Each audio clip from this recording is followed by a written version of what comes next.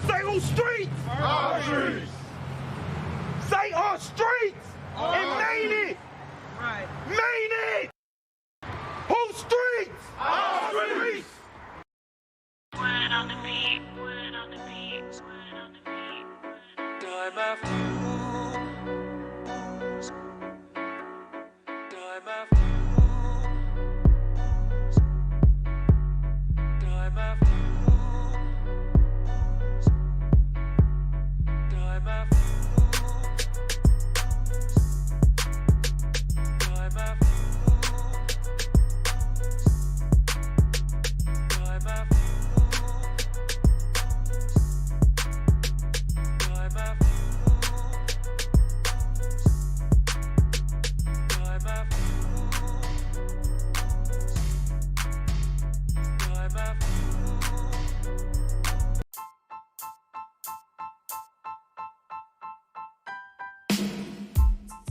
Another episode of Ends Podcast. In this podcast episode, we're gonna be covering the definition of what is REITs, and then we're gonna be going over how I got invested into the real estate market. You feel me?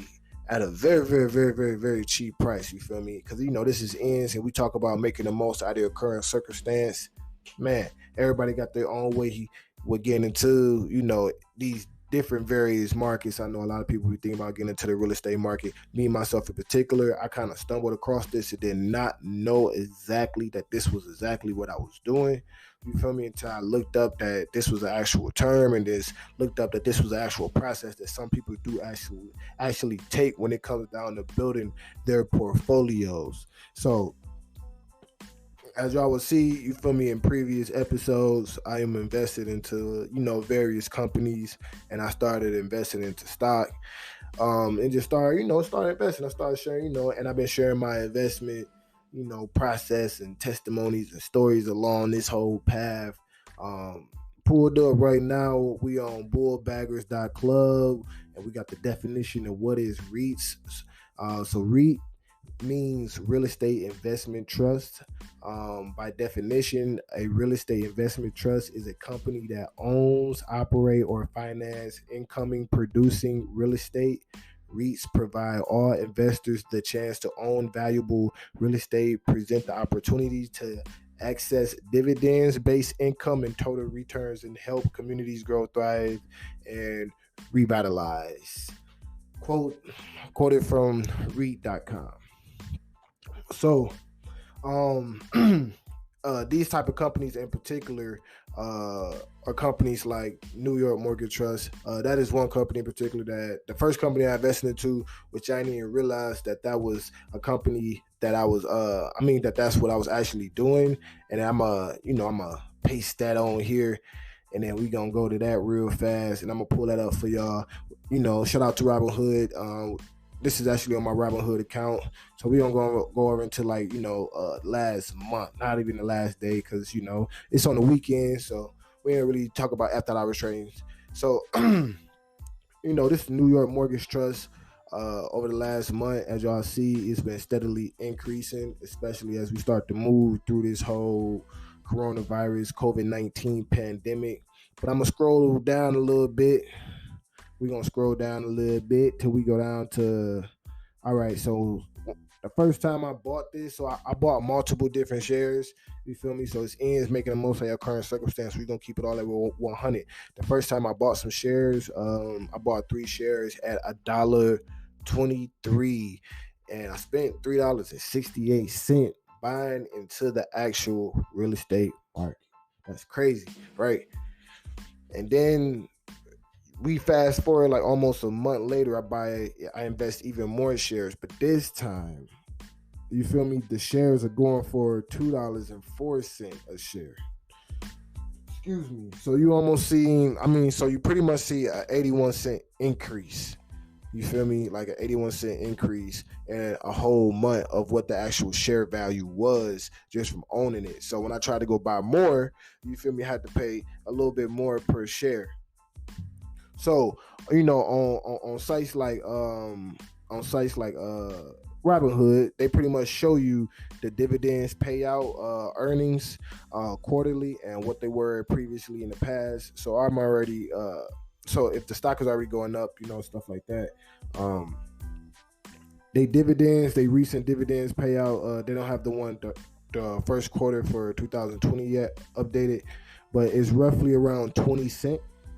Sometimes it falls below and rise back up to about 20 cents. But if you only paid $1 for it, shoot, can't knock the hustle. And I told y'all one of my portfolio building strategies, especially when we talk about stock and investing, was going after dividends. Those companies that bring, that pay you out. In the terms of what Nipsey Hussle would say, mailbox money. You get that dividend, that residual income back. And one thing to also know, I am not a financial advisor, so I am not trying to influence you. I'm just giving you my opinion. I'm not telling you what to do or how to spend your money. I'm just giving you my opinion and giving you some tools and resources as far as definitions and stuff like that that I'm currently using, you feel me, to get an understanding of the game. So as we dive back in, we're talking to you about REITs. A lot of these companies varies too as well. I'm also investing into new residential.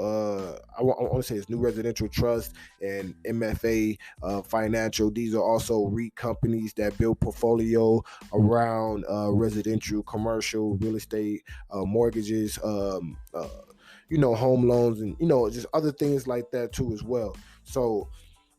And understanding that, what I've been learning and doing research, I feel like I talked about this in the previous episode too as well. That these right here are taxed differently because of how they are structured. So all the dividends I make from that is like making an actual purchase. So the taxes is different. You don't pay the same taxes on a REIT stock that you would pay like on like a 3M stock, because it's just a little different. and it's just different, just because the way that they're structured out. So that's something in particular to also think about, when it comes down to investing. But a lot of times these do have a larger payout when you start thinking about ratio, investing versus dividends. They always seem to have a larger payout and a lower entry cost. Some of them have a lower entry cost. You do have some that do have a higher buy-in cost. And then there's also websites out there to help you that actually track the dividends payouts quarterly, so you can see how they actually measure up. So another strategy that I've seen, I was watching online, I forgot the guy's name. Hopefully in the next interview that we do, I shout you out, my guy. He was putting me on this little thing that he showed me where he was going back and he was looking at times where our economy hit the worst and see what companies change their dividend payouts and how did they let that affect them. And he was just showing that like companies like AT&T, another company I'm invested in too, we ain't gonna go into all that, but companies like AT&T was a little different. Now REITs, and I'm saying all that just to say that REITs is really depending on the real estate market. So you got to always be mindful that you are investing to the real estate market. So you got to be aware of what's going on. And a lot of these companies, so say I got New York Mortgage Trust, they might build their portfolios in a certain area. In these metropolitan areas, have a lot of high value. So as far as New York, you feel me? You build a portfolio in downtown New York, or a portfolio in New York, you have millions and millions and millions and millions and millions, probably billions of dollars inside of these portfolios or something. Just guessing, hypothetically speaking.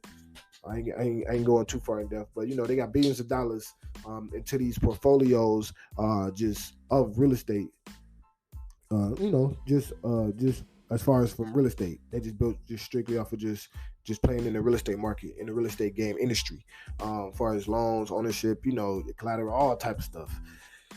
So long story short, it's just understanding that. So keep in mindful like that, like, damn, like that was one of the things I was like, I gotta keep mindful of that, because I understand that has an influence on the value of these stocks, is what's going on in the real estate, what's the new regulations and things like that that's being passed. So I have to start being more mindful, especially like I seen something where, especially with COVID-19, when they was talking about like the interest rates on the mortgages and stuff like that. I just started being kind of, a little bit more mindful about certain things. Like, all right, so how would that have an impact on these companies right here? And what I've been seeing is a lot of things kind of play hand in hand, especially with all the things that have been going on with like the oil and stuff like that. It's been shockingly that my oil stock has started to rise again, and it's going back up.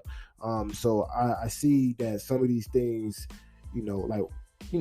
some of these behavioral things have an impact on the price of the stock, but I also use that to kind of have an understanding that these have I'll play also on the dividends. That sometimes when companies get into dire situations, they will have to cut off that flow of money to try to keep the reserves to try to keep the company afloat. And some companies, because of how they're built, or just the loyalty to the shareholders, they'll pay the shareholders first. So yeah, that's something just to keep mindful of. But if you want to get into the real estate market and things like that, but just get an understanding of it. And I say this to just say, like, what I was just saying, like, actually like trying to learn it. You feel me? Definitions and things like that. The resources is out there, and it's ends, baby. We the voice of the culture. We're gonna always get more.